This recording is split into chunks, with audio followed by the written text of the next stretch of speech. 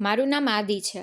હું એક સાધારણ છોકરો હતો અને એક સાધારણ શહેરમાં રહેતો હતો અને મધ્યમ વર્ગના પરિવારમાંથી આવતો હતો. મારા પિતા સરકારી સેવક હતા. મમ્મીએ આખું જીવન ગૃહિણી તરીકે વિતાવ્યું. હું શરૂઆતથી અભ્યાસમાં વધુ સારો હતો, તેથી મારા માતા પિતાને મારી પાસેથી ઘણી અપેક્ષાઓ હતી. ઓછામાં ઓછું એટલું કે હું ઘરનો ભાર સહન કરી શકું. મને યુનિવર્સિટીમાં દાખલ કરવામાં આવ્યો હતો. અહીંની દુનિયા મારા માટે નવી હતી. આ બધા ચહેરાઓ મારા માટે અલગ હતા. એક દિવસ જ્યારે હું લેક્ચર હોલમાં પ્રવેશ્યો, ત્યાં મેં એક ચહેરો જોયો હતો જે જુદો હતો. તેની આંખોમાં એક વિચિત્ર ચમક હતી. તેનું નામ પરિણીતિ હતું. શરૂઆતમાં અમારી વચ્ચે માત્ર હાય હેલો થયું, પછી ધીમે ધીમે તેમાં વધારો થયો. હવે અમારા બંનેની વાત સામાન્યથી બહાર નીકળી ગઈ હતી અને વ્યક્તિગત સુધી પહોંચી ગઈ હતી. મને વાર્તા લખવાનો ખૂબ શોખ હતો. એક દિવસ પરિણીતિએ કહ્યું કે જો તમે મારા જીવન પર કોઈ વાર્તા લખો છો તો પહેલાં મને વચાવજો. મેં મારા હૃદયમાં પહેલાં વિચાર્યું, જો તમે મારા જીવનનો ભાગ બનશો તો હું તમારા પર આખું પુસ્તક લખી નાખીશ. પછી અમારા બંનેની મિત્રતા ધીમે ધીમે પ્રેમમાં ફેરવાઈ ગઈ અને અમે બંને એકબીજાને પ્રેમ કરવા લાગ્યા. એક દિવસ મેં પરિણીતિને કહ્યું કે મને તમારા વિના બધું અધૂરું લાગે છે. તો તેને મારી તરફ જોયું અને હસતા કહ્યું, તો બધું પૂર્ણ કરો. તેથી મેં પહેલાં પપ્પા સાથે વાત કરી. પપ્પાએ મને પહેલાં તો જોયો અને પછી થોડા સમય માટે વિચાર્યું. પછી કહ્યું, તે છોકરી કોણ છે? તે શું કરે છે? મેં તેમને કહ્યું કે તે યુનિવર્સિટીમાં મારી સાથે અભ્યાસ કરે છે. તેનું નામ પરિણીતિ છે. ખૂબ સારી અને શિષ્ટ છોકરી છે. મમ્મીએ કહ્યું કે કુટુંબ કેવું છે? મેં તેને પરિણીતિના પરિવાર વિશે બધું કહ્યું અને લાંબી વાતચીત પછી તે લોકો સંમત થયા. પરિણીતિના ઘરે મારો સંબંધ લઈ ગયા. પરિણીતિના માતા પિતા પણ માની ગયા. તેના કારણે અમારા બંનેની આંખોમાં આંસુ હતા. અમે વિચારતા હતા કે અમારા લગ્ન શક્ય નથી, પરંતુ હવે બધું પૂર્ણ થયું. યુનિવર્સિટીના દિવસો બદલવાનું શરૂ થયું. હું ઉપરવાળાનો આભારી હતો કે મારા જીવનમાં એક એવી છોકરી આવી જે મારા સપના કરતાં વધુ સુંદર હતી, મારી વિચારસરણી કરતાં વધુ હોશિયાર હતી, જે મારી સૌથી પ્રિય હતી. પણ મને ખબર નહોતી કે આગળ શું થવાનું છે. મને લાગ્યું કે મારું વિશ્વ પૂર્ણ છે. અમે એકબીજા સાથે ઘણા વચનો આપ્યા હતા, પરંતુ કદાચ હૃદયના વચનો હંમેશા તૂટી જાય છે. અભ્યાસ પૂર્ણ થતાં બંને ઘરમાં લગ્નની તૈયારી શરૂ થઈ ગઈ. મારી નોકરી પણ લાગી ગઈ હતી અને પછી લગ્નનો અંતિમ દિવસ પણ આવ્યો હતો, જ્યારે મારા જીવનમાં પરિણીતિ કાયમ માટે જોડાઈ ગઈ. જ્યારે લગ્નની કેટલીક ધાર્મિક વિધિઓ પૂર્ણ થઈ હતી, ત્યારે જૂતા ચોરીની રસમ હતી. જ્યારે મેં પરિણીતિની નાની બહેન મિથાલીને સામેથી આવતી જોઈ, તે હળવા ગોલ્ડન રંગના કપડામાં ખૂબ જ સુંદર દેખાતી હતી. આજે મેં તેને પ્રથમ વખત જોઈ, કારણ કે મેં હજી સુધી તેનો સામનો કર્યો નહોતો. મેં તેને ફક્ત ફોટામાં જોઈ હતી. તેને જોઈને હું જોતો રહ્યો. એવું લાગ્યું કે જાણે સમય બંધ થઈ ગયો છે. તેની આંખોમાં નિર્દોષતા હતી, જે મને કંઈક કહેતી હતી. જ્યારે તેણે જૂતા ચોરી કરી ત્યારે હું બધું ભૂલી ગયો હતો અને તેના ચહેરા તરફ ફરી જોતો રહ્યો. વિદાયનો સમય આવ્યો અને વિદાય સમયે પરિણીતિના પિતાએ મને કહ્યું કે પુત્ર, અમે તમને અમારી પુત્રી આપી રહ્યા છીએ. તમે તેની કાળજી લો. અમે આખું જીવન તેને ખૂબ જ પ્રેમથી રાખી છે. મેં તેને ખાતરી આપી કે હું તમારી પુત્રીને તમારા કરતાં વધારે પ્રેમ કરીશ. તે જ સમયે મિથાલી મારી સામે ફરી આવી રહી હતી. હું તેને અવગણવાનો પ્રયત્ન કરી રહ્યો હતો, પરંતુ આંખો તેને જોવાની ફરજ પાડતી હતી. વિદાય પછી કારમાં પરિણીતિ શાંતિથી બેઠી હતી. મેં નરમાશથી કહ્યું કે ડરી ગઈ છું? તેને કહ્યું, ના, દરેકને છોડીને જવાનું દુઃખ છે. ઘરે પહોંચી પરિણીતિનું ખૂબ સરસ સ્વાગત કરવામાં આવ્યું. અમારા લગ્નની પ્રથમ રાત ખૂબ સારી રીતે પસાર થઈ ગઈ. લગ્નને 2 દિવસ પસાર થયા હતા જ્યારે પરિણીતિના પરિવારે અમને જમવાનું આમંત્રણ આપ્યું. મારી આંખો જ્યારે અમે ત્યાં ગયા, પહેલાં મિથાલી પર ગઈ, જે આજે પણ ખૂબ સુંદર લાગતી હતી. જ્યારે અમે બધા ખાવા માટે બેઠા હતા ત્યારે તે ફરી મને જ કંઈક પકડાવતી હતી. તેનો હાથ અચાનક મારા હાથથી ટકરાયો તો મને ખૂબ વિચિત્ર લાગ્યું. પરિણીતે હસીને કહ્યું કે મારી બહેન દરેક વસ્તુમાં સંપૂર્ણ છે. તમને સમય નહીં લાગે તેને પસંદ કરવા માટે. પરિણીતિ આ વાક્ય મજાકમાં કહ્યું હતું, પરંતુ તેને મારા હૃદયમાં એક સ્થાન કરી લીધું. તે પછી હું મિતાલીના રૂમમાં ગયો. પરિણીતિએ મને તેના બાળપણના આલ્બમ બતાવ્યા. તેણે કહ્યું કે આ મિથાલીના જન્મ અને અમારી કુટુંબની સફળના ચિત્રો છે, પરંતુ ચિત્રમાં મિથાલી મને તેની તરફ ખેંચી રહી હતી. થોડા દિવસો પછી મારા સસુરાલવાળાઓએ અમારા ઘરે આમંત્રણ આપ્યું. જ્યારે મિથાલી આવી ત્યારે તે ઘરના બધા લોકો સાથે ખૂબ સારી રીતે વાત કરી રહી હતી. થોડા વધુ દિવસો પસાર થયા. હું અને પરિણીતિ નવા મકાનમાં સ્થાનાંતરિત થઈ ગયા. અમારા જીવનની નવી શરૂઆત હતી. પરંતુ મિથાલીનો વિચાર મારા હૃદયમાંથી બહાર નીકળવાનું નામ લેતો નહોતો. હું ક્યારેક બહાનું બનાવીને પરિણીતિને કહેતો કે ચાલો તમારા ઘરે જઈએ, તો તે ખુશીથી ત્યાં જવા માટે તૈયાર થઈ જતી અને હું મિથાલીને જોયા પછી હળવાશ અનુભવતો હતો. પણ મિતાલીની સુંદરતા ધીમે ધીમે મારા હૃદયમાં સ્થાન બનાવતી હતી. લગ્ન પછી બધું સામાન્ય બની રહ્યું હતું. પરિણીતિ વહેલી નાસ્તો બનાવતી, મને ઓફિસ માટે તૈયાર કરતી. હું થોડા સમય માટે અખબાર વાંચતો, પછી હું એક કપ ચા સાથે ડેઇલી ન્યૂઝ સાંભળતો. જ્યારે હું સાંજે ઘરે આવતો ત્યારે તે દરવાજા પર રાહ જોતી હતી, જાણે કે અમારી વચ્ચેનો પ્રેમ હજી જાળવી રાખવામાં આવી રહ્યો છે. પરિણીતિ એક દિવસ કહ્યું કે મમ્મીનો કોલ આવ્યો હતો. તે કહેતી હતી કે તમે લોકો આજકાલ ઘરે નથી આવતા. મને તો જેમ બહાનું મળ્યું. મેં તરત જ કહ્યું કે ચાલો રવિવારે જ જઈએ. તમારે તમારા પરિવારને પણ મળી લેવું જોઈએ. પણ મારા હૃદયમાં એક વિચિત્ર ચળવળ હતી. જ્યારે હું ત્યાં પહોંચ્યો ત્યારે પરિણીતિની માએ મને દરવાજા પર જ ગળે લગાવી લીધો. તેઓએ કહેવાનું શરૂ કર્યું કે મારો દીકરા, ભગવાન હંમેશા તમારા બંનેને ખુશ રાખે. પછી પરિણીતિ અંદર ગઈ અને મિથાલી બહાર આવી. તેના હાથમાં ફાઇલ હતી. કહ્યું, જીજુ આવ્યા છે, મીઠાઈઓ ઝડપથી લાવો. મેં કહ્યું કે જીજુ કહેવાની શું જરૂર છે, તમે મારું નામ પણ લઈ શકો છો. તો તેણીએ હસીને કહેવાનું શરૂ કર્યું કે ઠીક છે આદિજી, તે દિવસ તો સસુરાલમાં વીતી ગયો. પરંતુ હું મિથાલી સાથે વાત કરવાનો પ્રયાસ કરતો હતો. પરંતુ તે ક્યારેક ચા લાવતી હતી અને કેટલીક વાર તે અભ્યાસ વિશે વાત કરતી હતી. મારી ઓફિસમાં રજાઓ હતી, તેથી હું પણ મારા સાસરીએ રોકાણો હતો. પણ ત્રીજા દિવસે સવારના નાસ્તામાં મિથાલીના શબ્દોથી આઘાત પામ્યો.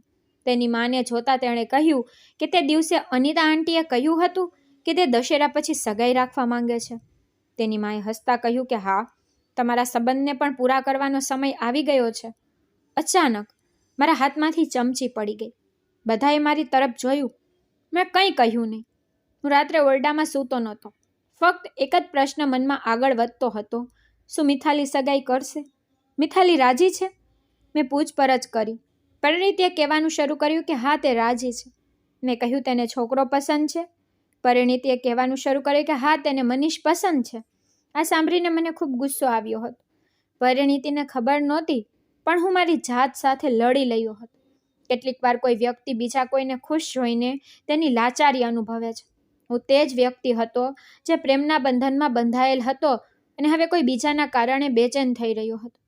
આવતા અઠવાડિયે મેં વ્યાવસાયિક મીટિંગ કરવાનું બહાનું બનાવ્યું. 2 દિવસ સુધી મારે શહેરની બહાર જવું પડશે. પરંતુ હું સીધો જ સસુરાલ ગયો. રસ્તામાં વિચારતો રહ્યો કે મળતો જાઉં, પરિણીતિની માં ખુશ થશે.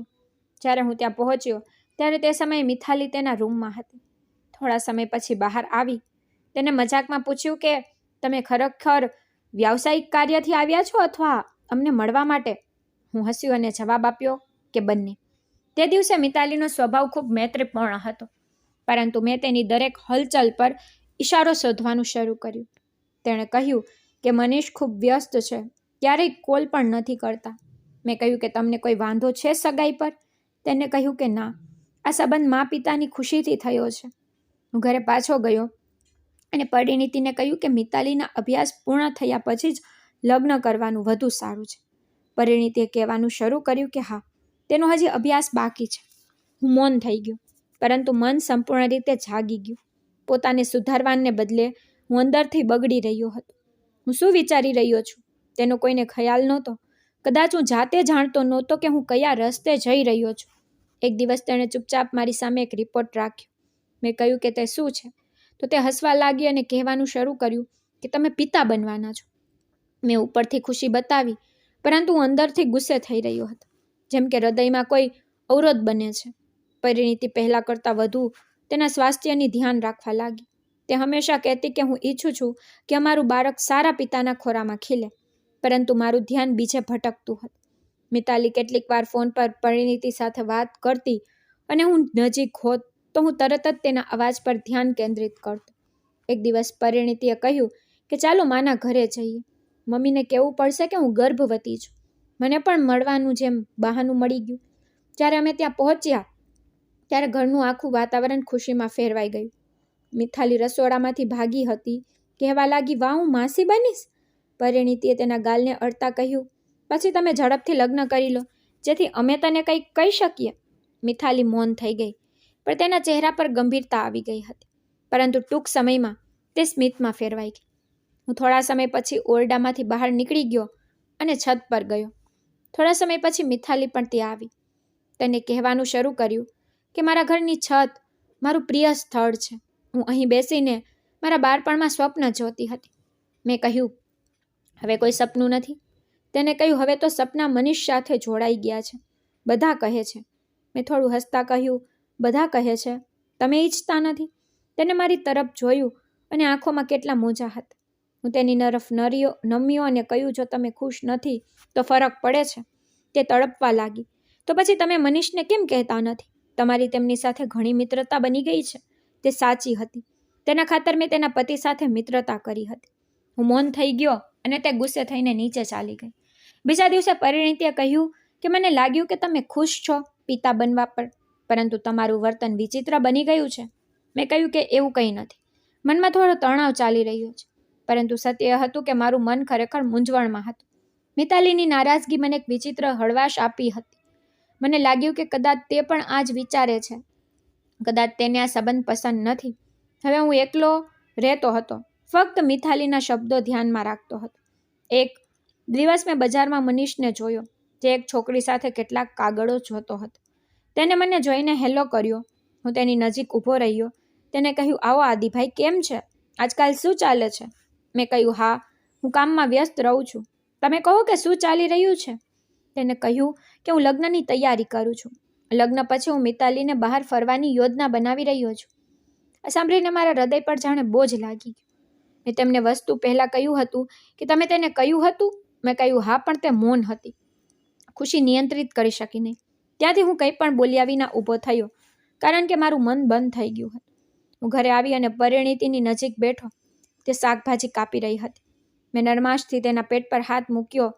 તેને મારી તરફ જોયું અને હસતા હસતા બોલવાનું શરૂ કર્યું, આ બાળક અમને બંનેને નજીક લાવશે ને? મેં માથું હલાવ્યું, પણ હૃદય કંઈક બીજું કહેતું હતું. મગજ બીજું કંઈક સમજી શક્યું નહીં કે શું થઈ રહ્યું છે. વ્યવસાયની સ્થિતિ થોડા અઠવાડિયાથી ખરાબ થઈ રહી હતી. થોડા મહિના પહેલાં ત્યાં થોડો ફાયદો બાકી હતો. હવે તે પણ નુકસાનમાં ચાલ્યું ગયું હતું. હું એક સાંજે આ હિસાબ કિતાબ કરતો હતો ત્યારે પરિણીતિ આવી. તેનો ચહેરો થાકી ગયો હતો, પરંતુ તેના હાથમાં કાગળ હતો. મેં કહ્યું, આ શું છે? તેણે કહ્યું કે મેં 2 સ્થળોએ અરજી કરી હતી. એક શાળા તરફથી કોલ આવ્યો છે. આવતીકાલે એક ઇન્ટરવ્યૂ છે. મેં કહ્યું કે કોઈ જરૂર નથી તને હમણાં નોકરી કરવાની. તું ગર્ભવતી છો અને હું તને આવી સ્થિતિમાં મંજૂરી આપીશ નહીં કામ કરવા માટે. તેને કહ્યું કે હું માં બનવાની છું. હું કમજોર નથી. આ સમય ફક્ત તમારો જ નથી, મારો પણ છે. પરિણીતિ ખરેખર બદલાઈ ગઈ હતી. થોડા દિવસો પછી તેણે નોકરી શરૂ કરી. સવારે જતી, સાંજે ઘરે પાછા આવતી, પરંતુ કંઈક ખાવા માટે બનાવી લેતી. મેં તે દિવસે પણ ના પાડી કે તમે કંઈ ન કરો, હું બજારમાંથી મંગાવી લઈશ. તેને કહ્યું, નહીં, કોણ તમારા માટે બધું કરશે? તે ચૂપચાપ રસોડામાં ગઈ અને હું કંઈ પણ બોલી શક્યો નહીં. હું હંમેશા પરિણીતિને કહેતો કે ચાલો તમારી માના ઘરે જઈએ, મિતાલીની સ્થિતિ પૂછીએ. તે પણ કોઈ પણ પ્રશ્ન વિના તૈયાર થઈ જતી.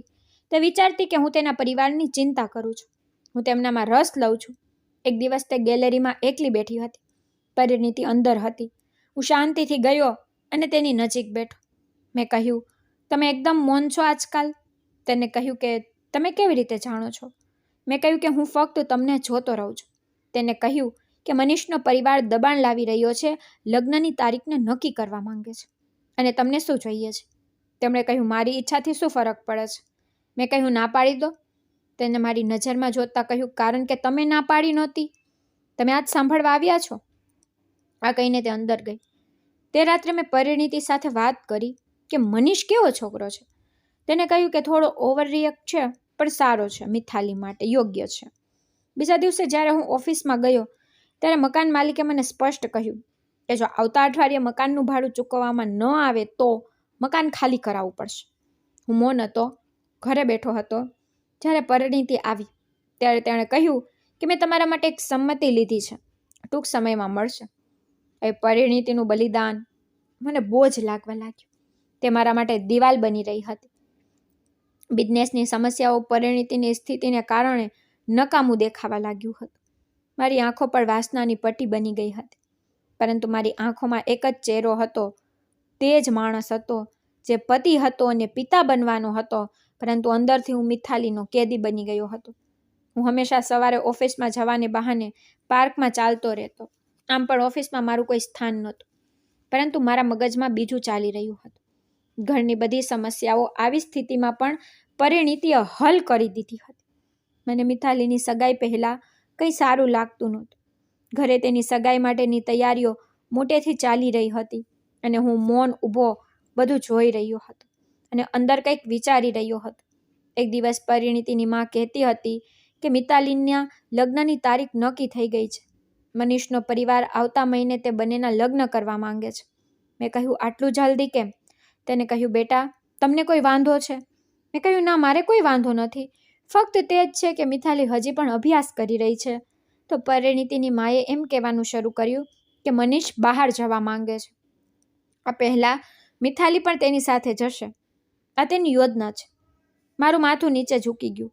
તે રાત્રે હું છત પર એકલો બેઠો હતો. પરિણીતિનો વારંવાર અવાજ આવતો હતો, તમે ક્યાં છો? જમવાનું તૈયાર છે? ઠંડુ પડી રહ્યું છે? મેં જવાબ કંઈ આપ્યો નહીં. હવે એક નિર્ણય મારા મગજમાં હતો. બીજા દિવસે મેં બપોરે પરિણીતિ માટે ચોકલેટ ખરીદી અને પછી મારી જાતને સમજાવ્યું, જો આ લાગણી સમાપ્ત થઈ શકે છે તો પછી તેને તક કેમ ન આપું? જ્યારે હું ઘરે ગયો ત્યારે મેં પરિણીતિને ચોકલેટ આપી અને તે ખુશ થઈ ગઈ. તે હસતી હતી અને કહ્યું કે મમ્મી કહે છે કે સગર્ભા સ્ત્રીઓને આવી નાની ભેટ ખૂબ પસંદ આવે છે. હું હસ્યો અને માથું હલાવ્યું. મારા મગજમાં ફક્ત એક જ વસ્તુ ચાલી રહી હતી, શું હું આ સ્ત્રીને મારી શકું છું જે મારા બાળકને જન્મ આપશે? પ્રશ્ન મારું મન કાપી રહ્યું હતું. ઘણા દિવસો સુધી મેં પરિણીતિથી અલગ રહેવાનું શરૂ કર્યું. મોડી રાત્રે ઘરે આવવું, વહેલી સવારે જવું. તે સમજી ગઈ કે કંઈક ખોટું છે. એક સાંજે તેણે મને પૂછ્યું કે હું તમારા માટે બોજ બની ગઈ છું. મેં તેની તરફ જોયું. તેની આંખોમાં આંસુ હતા. મેં કહ્યું, તને આવું કેમ લાગે છે? તે કહેવા લાગી, કારણ કે તમે મારાથી દૂર રહો છો. કદાચ મારી પાસેથી બીજું કંઈક ઈચ્છતા હો અને હું તમને આપી શકી નથી. તે લાંબા સમય સુધી મૌન રહી. પછી કહેવા લાગી કે જો મારી હાજરી તમને નુકસાન પહોંચાડે છે તો મને કહેજો. હું તમને કોઈ દોષ નહીં આપું. આ શબ્દ જેમ મારી અંદર ધડાકોની જેમ પડઘો પાડતા હતા. આ અઠવાડિયે મેં કહ્યું કે ચાલો ક્યાંક બહાર જઈએ. થોડો સમય સાથે પસાર કરી. તેને આશ્ચર્ય થયું અને તે ખુશ પણ હતી. અમે કારથી શહેરથી થોડે દૂર ગયા અને એક રસ્તા પર ગયા જ્યાં બહુ ભીડ નહોતી. તે હસી પડી અને કહ્યું કે તમે મને અહીં કેમ લાવ્યા છો? મેં કહ્યું કે મારે તારી સાથે વાત કરવી હતી. તે કહેવા લાગી, એવી વાત શું છે જે આપણે ઘરે ન કરી શકીએ? હું મૌન હતો. હાથ સ્ટીરિંગ પર હતા, પરંતુ હૃદય અને મન કોઈ બીજી બાજુએ ધબકતું હતું. જેમ કે હું ખૂબ મોટો નિર્ણય લેવા જઈ રહ્યો છું. હું કાંઈ કરી શક્યો નહીં. મેં મારા હાથ બંધ કર્યા. મારી અંદરથી અવાજ આવ્યો, આદિ, તમે કોઈને મારવા જઈ રહ્યા છો? મેં કાર પાછી ફેરવી લીધી. પરિણીતિએ પૂછ્યું કે આદિ, તમે ક્યાં જઈ રહ્યા છો? મેં કહ્યું કે હું ઘરે કંઈક ભૂલી ગયો છું. રાતે તે સૂઈ ગઈ. હું છત પર આવ્યો. હું ખૂબ મૌન હતો, પણ આ યુદ્ધ હજી પૂરું થયું નહોતું. ફક્ત એક દિવસ માટે મુલતવી રાખવામાં આવ્યું હતું અને કદાચ બીજા દિવસે હું વધુ નબળો બની જાઉં. તે રાત્રે લાંબા સમય સુધી હું છત પર બેઠો રહ્યો. પરિણીતિ નીચેના ઓરડામાં સૂઈ રહી હતી અને નિર્દય વિચાર મારા હૃદયમાં જાગૃત થતો હતો. મિતાલીની સગાઈના સમાચાર કંઈક બીજું ઝૂંટવી રહ્યા હતા. તેનો સગાઈનો દિવસ પણ આવ્યો. હું 2 દિવસ સુધી મૌન રહ્યો. કોઈની સાથે કોઈ વાત કરી નહીં. હમણાં કામમાં વ્યસ્ત અને થાકનું બહાનું બનાવ્યું. પરિણીતિ સમજી ગઈ કે કંઈક યોગ્ય નથી, પરંતુ મને ખુલ્લેઆમ કંઈ પણ પૂછવાની તેની પૂરતી હિંમત નહોતી. એક સવારે પરિણીતિ એક કપ ચા મારી સામે રાખીને કહેવાનું શરૂ કર્યું કે જો મેં કંઈક ખોટું કર્યું છે તો મને માફ કરો. તે દિવસે વીજળી ચાલી ગઈ. ઇન્વર્ટર પણ અચાનક અટકી ગયું. પરિણીતિ સ્ટોરરૂમમાં મીણબત્તી લેવા ગઈ. હું જાણતો હતો કે આ તક છે. મારું હૃદય જોરથી ધબકવા લાગ્યું. પરિણીતિ સીડી પરથી પાછી ફરવા લાગી. એક હાથમાં મીણબત્તી, બીજી હાથથી પેટ સેલાવતી હતી. મેં કહ્યું, 1 મિનિટ માટે પરિણીતિ સાંભળો તો. તેને મારી તરફ જોયું. તેનો ચહેરો થાકી ગયો હતો. મેં તેને એક જોરદાર ધક્કો માર્યો તો તે નીચે પડી ગઈ. મીણબત્તી તેના હાથમાંથી પડી ગઈ. તેના શરીરનું વજન દિવાલ સાથે ટકરાયું.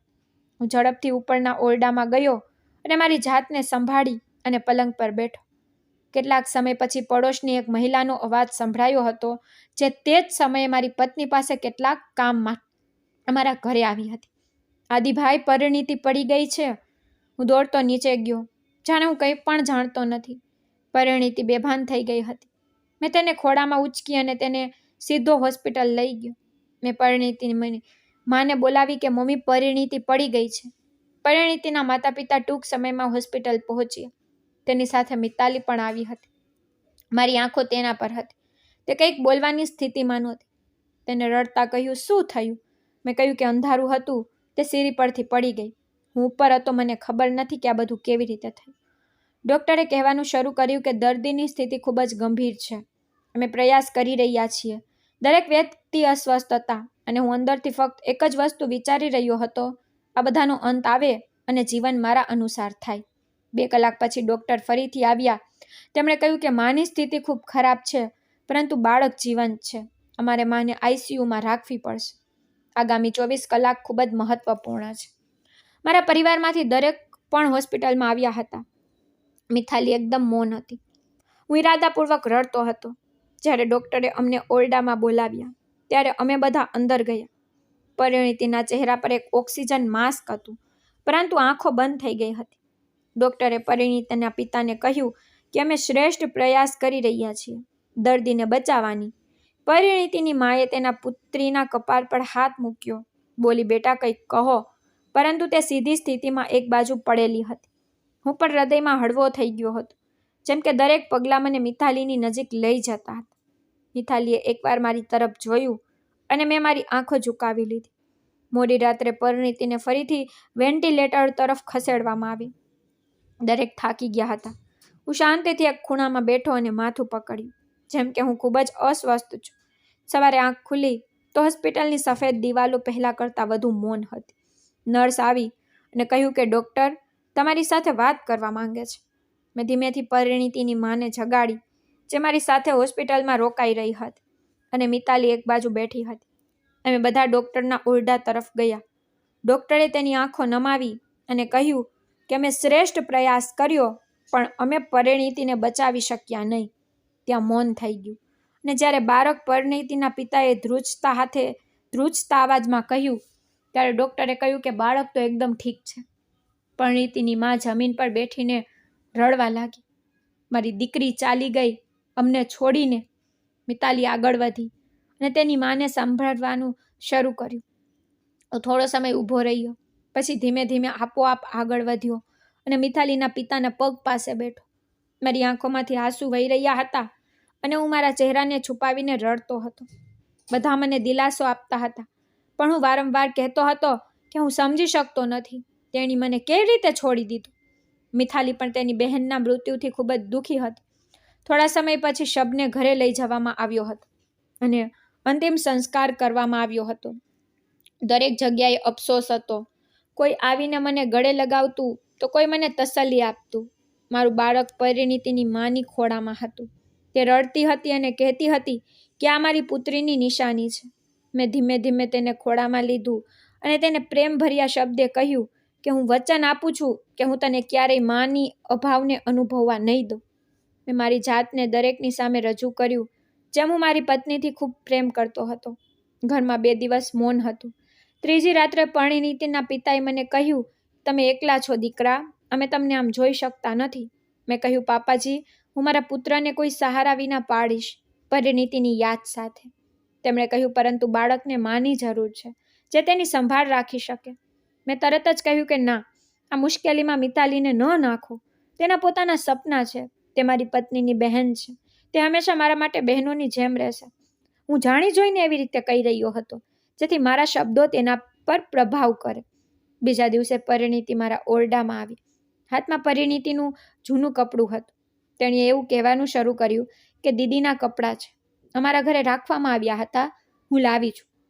મેં કંઈ કહ્યું નહીં.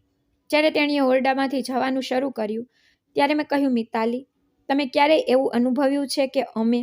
તેને કહ્યું, નહીં. તે આટલું બોલ્યા પછી બહાર ચાલી ગઈ. મારા ચહેરા પર થોડું સ્મિત હતું. મેં દરેકના હૃદય જીત્યા. આગળનું પગલું ફક્ત સમય પર નિર્ભય હતું. બીજા દિવસે હું ખોરામાં મારા પુત્ર સાથે બેઠો હતો. એક દિવસ પરિણીતિના પિતા મારી પાસે આવ્યા અને કહ્યું, પુત્ર, અમે ઘણું વિચાર્યું. આ બાળકને માની જરૂર છે. અમે તમને એકલા છોડી શકતા નથી. મેં કહ્યું, પાપાજી, કૃપા કરીને આવી વાતો ન કરો. મારા માટે મારી પત્નીની જગ્યા કોઈ લઈ શકતું નથી.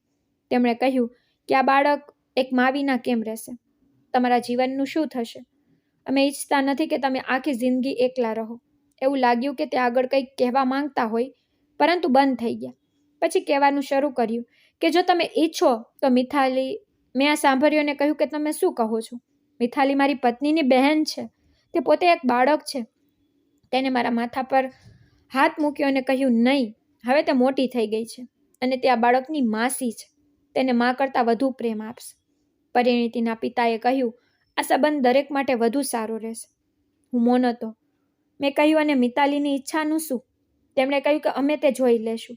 દીકરા, મેં કહ્યું, ઠીક છે, તમે મને થોડો સમય આપો. તે રાત્રે ત્યારબાદ મેં ગેલેરીમાં મિથાલીને બેઠેલી જોઈ. તેના હાથમાં પરિણીતિની ડાયરી હતી. કદાચ તે કંઈક વાંચતી હતી. જ્યારે હું નજીક ગયો, તે ઝડપથી ડાયરી બંધ કરી. મેં કહ્યું કે ઘણો સમય થયો છે તમારી સાથે વાત કરતા. તેણે કહ્યું કે હવે શું વાત કરવાનું બાકી છે? મેં કહ્યું કે તમે બદલાઈ ગયા છો. મેં કહ્યું, તમારા પિતા અમારા બંનેના સંબંધ વિશે વાત કરી રહ્યા હતા. તમે જાણો છો? તેને કહ્યું કે હા, અને તમે ઇનકાર કરી રહ્યા છો. મેં કહ્યું, કારણ કે હું નથી ઈચ્છતો કે તમે મારા અને આ બાળક માટે તમારું જીવન બલિદાન આપો. તેણે કહ્યું કે તમે ઈચ્છો છો કે નહીં, પણ હું જોઈ રહી છું કે તમે કેટલાક સમય પછી જૂઠું બોલવાનું બંધ કરશો. મેં કહ્યું, મેં શું ખોટું બોલ્યું છે? તેણે કહ્યું કે તમે ઇનકાર કરી રહ્યા છો અને તમારા હૃદયને કંઈક બીજું જોઈએ છે. હું મૌન હતો અને તે ચાલી ગઈ. હું ઘરે પાછો આવ્યો અને બાળકને ખોળામાં લઈ લીધો. દરવાજો થોડો ખુલ્લો હતો, તેથી તે પણ મારી પાછળ મારા ઘરે આવી. તેના હાથની બોટલ હતી. તેણીએ કહેવાનું શરૂ કર્યું કે હું બાળક માટે લાવી છું. મેં હળવેથી કહ્યું કે આ તમારી બહેનની નિશાની છે, તેથી તમે તેની સંભાળ રાખી રહ્યા છો. આમ 1 મહિનો પસાર થઈ ગયો. પરિણીતિના ગયા પછી બધું મૌન હતું. પરિણીતિના માતા પિતા મળવા આવતા હતા. એક દિવસ તેના પિતાએ મને કહ્યું કે મિતાલી હા પાડી રહી છે અને અમે લગ્નની તારીખ નક્કી કરવા માંગીએ છીએ. પછીના અઠવાડિયે મેં કહ્યું કે તમે લોકો જે કહો છો તે યોગ્ય છે, પણ મારા હૃદયમાં ખુશીની લહેર ચાલી રહી હતી. હું ઈચ્છતો હતો હવે તે મને મળવા જઈ રહ્યું હતું. લગ્નના દિવસે બધું સરળ લાગ્યું. બાળક મારા ખોળામાં હતું. હું ખુશ હતો. ઓરડાની બહાર મિથાલી જ્યારે આવી ત્યારે દરેકની નજર તેના પર હતી.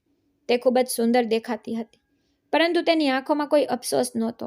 ત્યાં કોઈ શરમ નહોતી.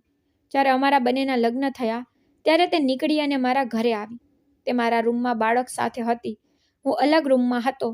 થોડા દિવસો સુધી મેં એવું જ કર્યું કે દરેકને લાગ્યું કે હું મિતાલીને સમય આપું છું, પરંતુ હું જાણતો હતો કે મારે હવે અભિનય કરવાનું ચાલુ રાખવું પડશે. બાળક એક દિવસ ઘણું રડતું હતું. હું દરવાજા પર ગયો. મિથાલી દૂધની બોટલ લઈ બેઠી હતી. પછી બાળકને મૌન કરાવ્યું. મેં કહ્યું કે જો તમને કંઈક જોઈએ છે તો મને કહો. તેને કહ્યું કે મારે તમારી પાસેથી જોઈએ છે. મેં લઈ લીધું. હું મૌન થઈ ગયો, પણ હું આનો અર્થ સમજી શક્યો નહીં. વિચારતો હતો કે અમારે હવે રૂમ પણ એક કરી દેવા જોઈએ. અમારા બંનેના લગ્ન થઈ ગયા છે. મારી મા અમારી સાથે રહેતી હતી. તેને કહ્યું, પુત્ર, તમારા મિતાલી સાથે લગ્ન થયા છે. હવે તમે તેની સાથે પરિણીતિની જેમ જ જીવન પસાર કરો. હું તેના રૂમમાં ગયો.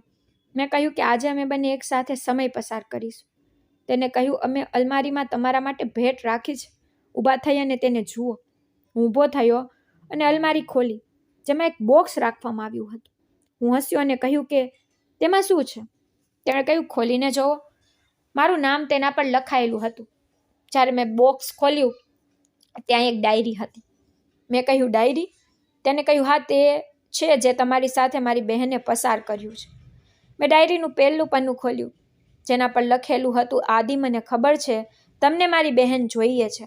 તમે મને મારવા માંગો છો.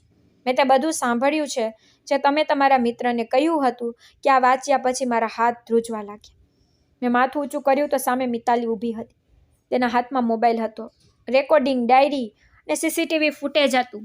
તેણે કહ્યું, મારી પાસે તે બધું છે જે તમે વિચારો છો. તે મારા નિયંત્રણમાં છે. તેને નરમાશથી કહ્યું કે મેં તમને માફ કર્યા નથી. મેં તમારા સાથે લગ્ન કર્યા જેથી હું તમારો ચહેરો દરેકની સામે લાવી શકું. અને આ રીતે હું સમજી ગયો કે હું જે લગ્ન સફળ સમજી રહ્યો હતો તે તો ખરેખર બદલો હતો. બીજા દિવસે મેં મિતાલી સાથે વાત કરવાનો પ્રયાસ કર્યો તો તે કહેવા લાગી મારી પાસે તે બધું છે, ડાયરી, CCTV ફૂટેજ, જેમાં તમે મારી બહેનને સીરી પરથી ધક્કો મારો છો. મેં હળવેથી કહ્યું કે મિતાલી, તમે જાતે વિચારો, તે તમારી બહેનનું બાળક છે, તેનું મારા વિના શું થશે? તે તમારી બહેનની છેલ્લી નિશાની છે. તેણે કહ્યું, હું તમારા વિના ક્યારેય તેને મોટો થવા દેવા માંગતી નથી, પરંતુ તમારી સાથે ખૂનીની છાયામાં જીવંત રહે, મારે આ બિલકુલ નથી જોઈતું. મેં કહ્યું, તમે મારા વિશે તે કેવી રીતે કહી શકો? તો તે કહેવા લાગી, કારણ કે હું જાણું છું કે તમે શું કર્યું છે. તેણે કાર્ડ ખોલ્યું અને રેકોર્ડિંગ બહાર કાઢ્યું અને એમ કહેવાનું શરૂ કર્યું કે તમે તમારા મિત્ર સાથે વાત કરી છે. તમે કહ્યું હતું કે મારું હૃદય પરિણીતિને માર્ગમાંથી દૂર કરવા માંગે છે. હું રેકોર્ડિંગ સાંભળી રહ્યો હતો, જેમાં મારો પોતાનો અવાજ હતો. તેને એક ફાઇલને મારી સામે મૂકી.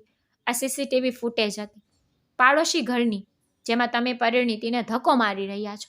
મેં મારી જાતે પાડોશી પાસેથી લીધી અને તેને મારી સાથે રાખી. મેં કહ્યું, તમને શું જોઈએ છે? તેણે કહ્યું કે હું તમને જેલ મોકલવા માંગુ છું, પરંતુ જતાં પહેલાં બીજું કામ કરો. આ છૂટાછેડાના કાગળ છે, તેમને સાઇન કરો.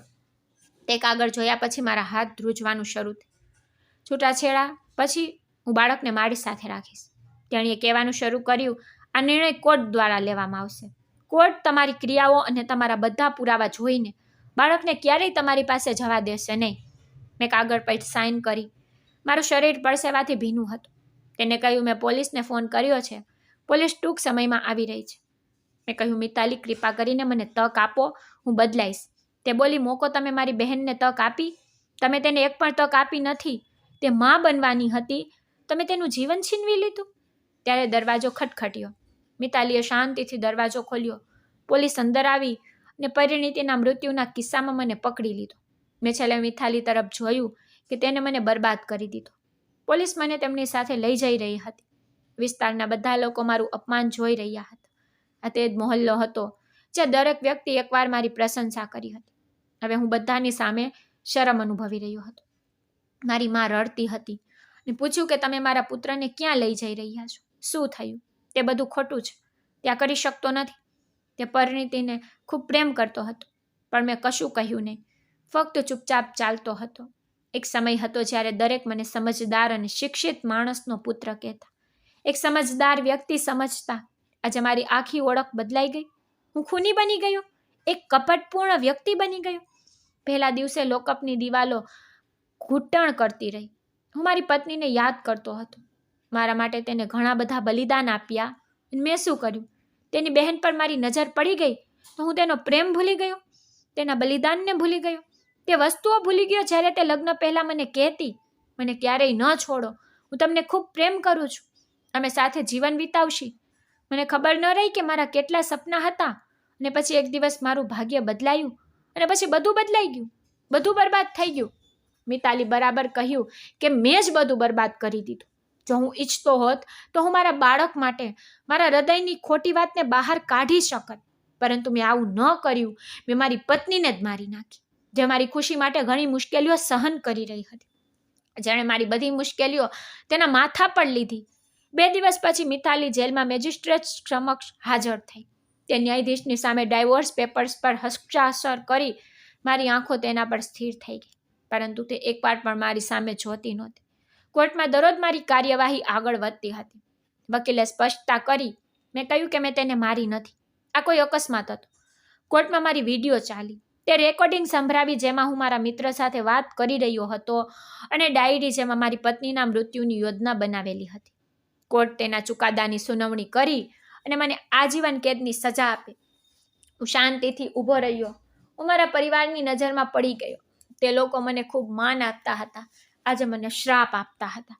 મને મારા ગુના માટે સજા થઈ રહી હતી. રાત દિવસ અહીં ખૂબ જ અલગ હતી. હવે મને ખબર પડી કે વ્યક્તિને જેટલું મળે છે ને તેટલામાં તે ખુશ થતો નથી, અને જ્યારે તે હાથથી બધું ગુમાવે છે ને પછી ખ્યાલ આવે છે કે સમયસર સમજદારી કેમ ન બતાવી. તો મિત્રો, હું આશા રાખું છું તમને અમારી વાર્તા ગમી હશે. વાર્તા ગમી હોય તો વિડીયોને લાઇક કરો અને ચેનલને સબસ્ક્રાઈબ કરો અને આ નોટિફિકેશન બેલ જરૂરથી દબાવો, જેથી તમને આગલી અપડેટ પહેલાં મળી રહે. ધન્યવાદ.